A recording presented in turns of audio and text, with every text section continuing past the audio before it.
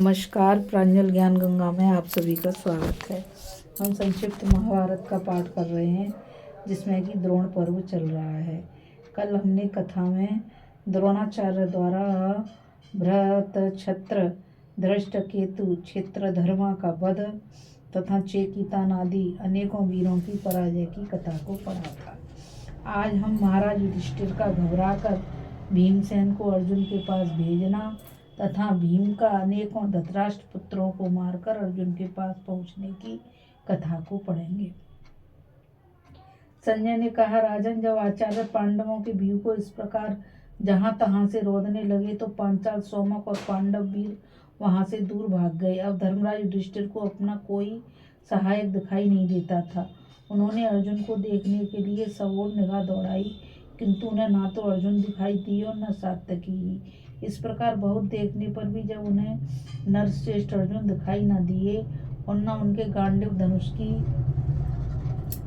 टंकार ही सुनाई पड़ी, तो उनकी इंद्रियां एकदम व्याकुल हो उठी।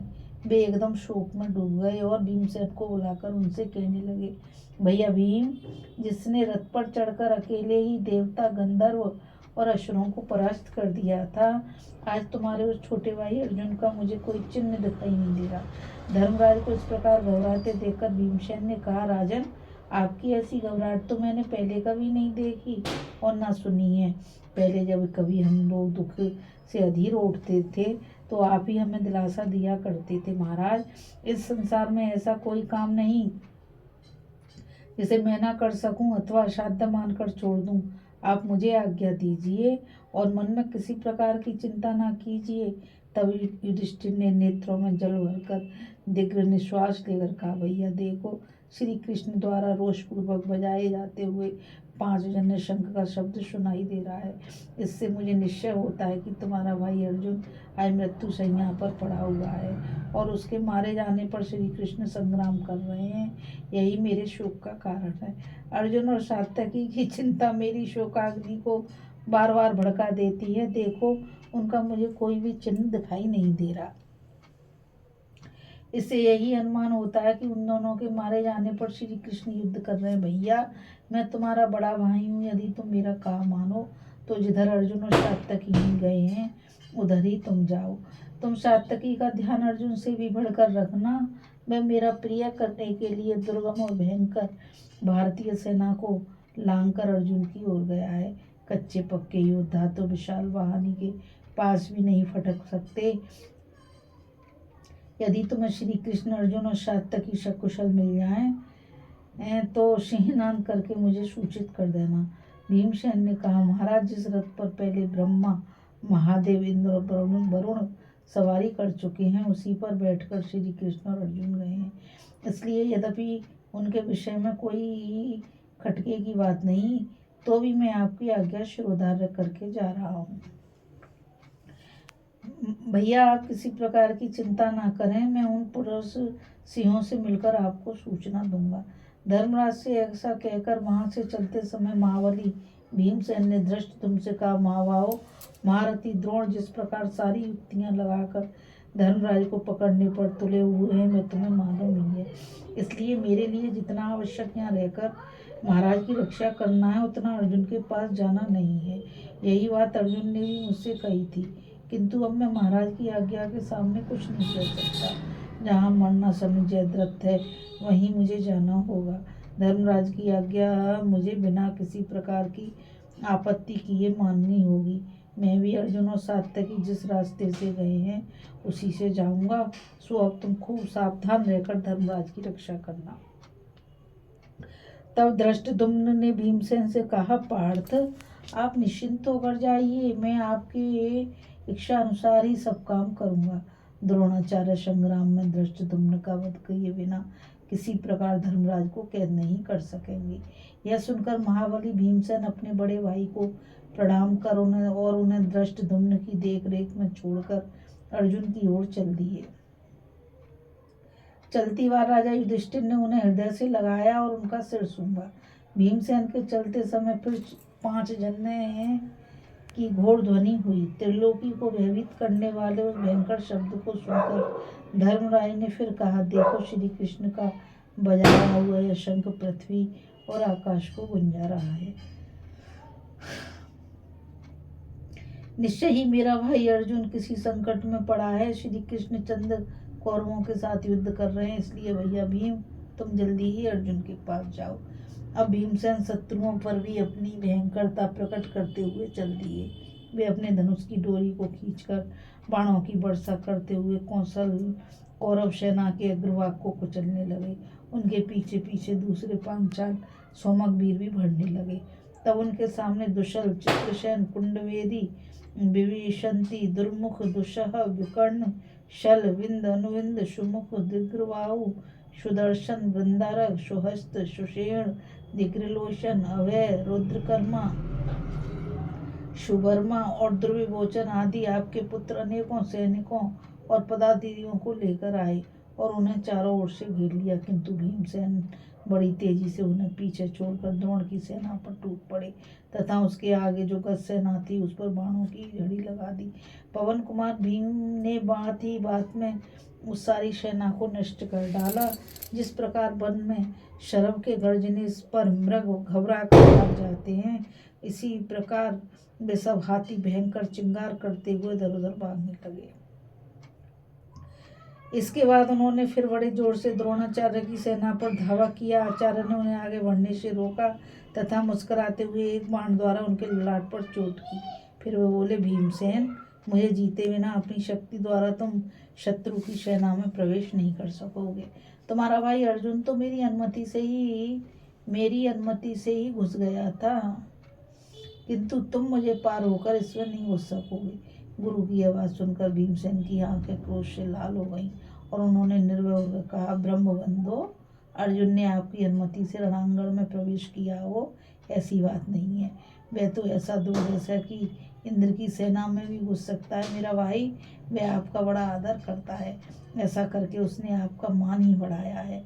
मैं दयालु अर्जुन नहीं हूँ गुरुदेव, मैं तो आपका शत्रु भी हूँ। ऐसा कहकर भीमसेन ने अपनी कालदंड के समान भयंकर गदा उठाई और उस घुमाकर द्रोणाचार्य पर दे मारा। द्रोण तुरंत ही अपने रथ से कूद पड़े और उस गदा ने घोड़े, सारथी और ध्वजा के सहित उस रथ को चूर चूर कर डाला और भी कई वीरों का काम तमाम कर दिया। अब आचार्य दूसरे रथ पर चढ़कर व्यूह के द्वार पर आ गए और युद्ध के लिए तैयार होकर खड़े हो गए। महापराक्रमी भीमसेन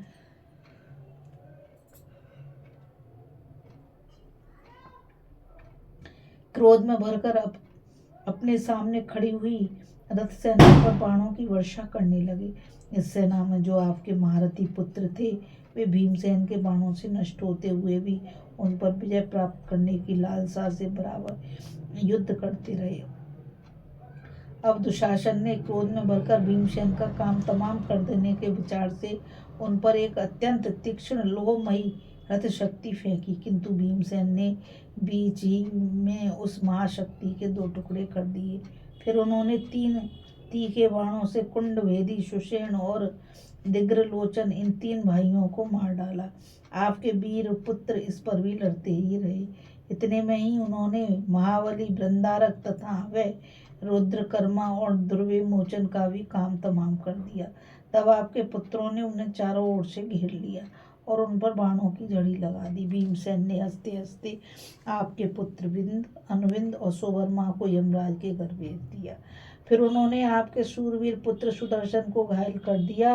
वह पृथ्वी पर गिर पड़ा और मर गया। इस प्रकार भीमसेन ने सब ओर ताक ताक कर थोड़ी ही देर में अपने तेज बाणों से उस रथ सेना को नष्ट कर डाला। फिर तो सिंह की दहाड़ सुनकर जैसे मृग भागने लगते हैं, उसी प्रकार उनके रथ की घरघराहट सुनकर आपके पुत्र सब ओर भागने लगे। भीमसेन ने आपके पुत्रों की भागती हुई सेना का भी पीछा किया। वे सब ओर कौरवों का संहार करने लगे। इस तरह बहुत मार पड़ने पर वे भीमसेन को छोड़कर अपने घोड़ों को दौड़ाते हुए रणभूमि से भाग गए। महाबली भीम संग्राम में उन सबको परास्त करके बड़े जोर जोर से गर्जने लगे। अब वे रथ सेना को लांघकर आगे बढ़े। यह देखकर द्रोणाचार्य उन्हें रोकने के लिए बाणों की वर्षा आरंभ करने लगे तथा आपके पुत्रों की प्रेरणा से कई धनुर्धर राजाओं ने भी उन्हें चारों ओर से घेर लिया। तब भीमसेन ने सिंह के समान गर्जना करते हुए एक भयंकर गदा उठाकर बड़े वेग से उन पर फेंकी उसने आपके कई सैनिकों का काम तमाम कर दिया। भीमसेन ने गदा से ही आपके अन्य सैनिकों पर भी प्रहार किया। इससे वे भयभीत होकर इस प्रकार भागने लगे जैसे सिंह की गंध पाकर मृग भाग जाता है। जब महारथी भीमसेन इस प्रकार कौरवों का संहार करने लगे तो द्रोणाचार्य उनके सामने आए। उन्होंने अपने बाणों की बौछार से भीमसेन को आगे बढ़ने से रोका। अब इन दोनों वीरों का घोर युद्ध होने लगा। भीमसेन अपने रथ से कूदकर द्रोण के बाणों की मार सहते हुए उनके रथ के पास पहुंच गए और उसका जुआ पकड़कर उसे दूर फेंक दिया। द्रोण एक दूसरे रथ पर चढ़कर फिर व्यू के द्वार पर आ गए। अपने निरुत्साहित गुरु को इस प्रकार फिर अपने सामने आया देख भीमसेन फिर बड़े वेग से उनके पास गए और धुरे को पकड़कर उस रथ को भी दूर पटक दिया।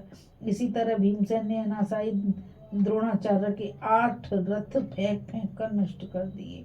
आपके योद्धा यह सब को तो बड़े विस्मय नेत्रों से देख रहे थे। अब आंधी जैसे वृक्षों को नष्ट कर देती है, उसी प्रकार संग्राम में क्षत्रियों का नाश करते हुए भीमसेन आगे बढ़े। कुछ दूर जाने पर उन्हें कृतवर्मा से सुरक्षित भोज सेना मिली, किंतु वे उसे भी इसी तरह से भ्रष्ट करके आगे बढ़ गए। फिर काम्बोज सेना तथा अनेकों और युद्ध स्थल मलेच्छों को पार करने पर उन्हें युद्ध करता हुआ सात्यकी दिखाई दिया। तब तो वे अर्जुन को देखने की इच्छा से अपने रथ द्वारा बड़ी सावधानी से तेजी के साथ आगे बढ़े। आपके अनेकों योद्धाओं को लांघकर वे जो ही कुछ आगे गए कि उन्होंने जयद्रथ का वध करने के लिए अर्जुन को युद्ध करते देखा। यह देखकर वे वर्षाकालीन मेघ के समान बड़े जोर से दहाड़ने लगे। भीमसेन का वह सीना श्री कृष्ण और अर्जुन के कानों में पड़ा। तब वे दोनों उन्हें देखने के लिए गर्जना करते हुए उनसे आ मिले। महाराज, इधर भीमसेन और अर्जुन का सीना सुनकर धर्मपुत्र युधिष्ठिर को बड़ी प्रसन्नता हुई। उनका सारा शोक दूर हो गया और उन्हें अर्जुन की विजय की भी पूरी आशा हो गई। भीमसेन के सीनाद करने पर वह मुस्कुराकर मन ही मन कहने लगे, भीम, तुमने खूब सूचना दी मेरे भैया। तुमने बड़े भाई का कहना करके दिखा दिया भैया। जिससे तुम देश करते हो संग्राम में उनकी विजय कभी नहीं हो सकती। यह मेरा बड़ा सौभाग्य है कि मुझे श्री कृष्ण और अर्जुन के सिंहनाद का शब्द भी सुनाई दे रहा है। आओ, जिसने इंद्र को जीतकर खांडव वन में अग्नि को तृप्त किया, एक ही धनुष से निवात कवचों को जीत लिया, विराट नगर में गोहरण के लिए मिलकर आए हुए सब कौरवों को परास्त किया और दुर्योधन के छुड़ाने के लिए गंधर्वराज चित्ररथ को नीचा दिखाया, तथा श्री कृष्ण जिसके सारथी हैं और जो मुझे सदा ही परम प्रिय है, वह अर्जुन अभी जीवित है। यह कैसे आनंद की बात है। क्या श्री कृष्ण की रक्षा में सूर्यास्त से पहले ही अपनी प्रतिज्ञा को पूरी करके लौटे हुए अर्जुन से मेरी भेंट हो सकेगी। अर्जुन के हाथ से दत्त और भीम के हाथ से अपने भाइयों को मरा हुआ देखकर क्या मंद बुद्धि दुर्योधन बचे कुचे वीरों की रक्षा के लिए हमसे बैर छोड़कर संधि करना चाहेगा। इस प्रकार एक और तुम्हारा युधिष्ठिर करुणार्ध होकर तरह तरह की उधेड़ में लगे हुए थे और दूसरी ओर तुमुल संग्राम हो रहा था। इस कथा में बस इतना ही। अभी हम कथा में महाराज युधिष्ठिर का घबराकर भीमसेन को अर्जुन के पास भेजना तथा भीम का अनेकों धृतराष्ट्र पुत्रों को मारकर अर्जुन के पास पहुंचने की कथा को पढ़ रहे थे। अब आगे की कथा में हम भीमसेन के हाथ से कर्ण की पराजय, द्रोण के साथ दुर्योधन की सलाह तथा युधामन्यु और उत्तमौजा के साथ उसका युद्ध की कथा को पढ़ेंगे। अब मुझ गीता रावत को आज्ञा दीजिए। कल फिर मिलेंगे एक नई कथा के साथ। इस कथा में बस इतना ही, और मैं आप सभी से यही कहना चाहूँगी कि इस चैनल को आप ज़्यादा से ज़्यादा लाइक, शेयर और सब्सक्राइब कीजिए ताकि यह अमूल्य ज्ञान अधिक से अधिक लोगों तक पहुँच सके। राधे राधे, जय श्री कृष्णा, नमस्कार। कमेंट के द्वारा बताइए कि ये कथा आपको कैसी लगी।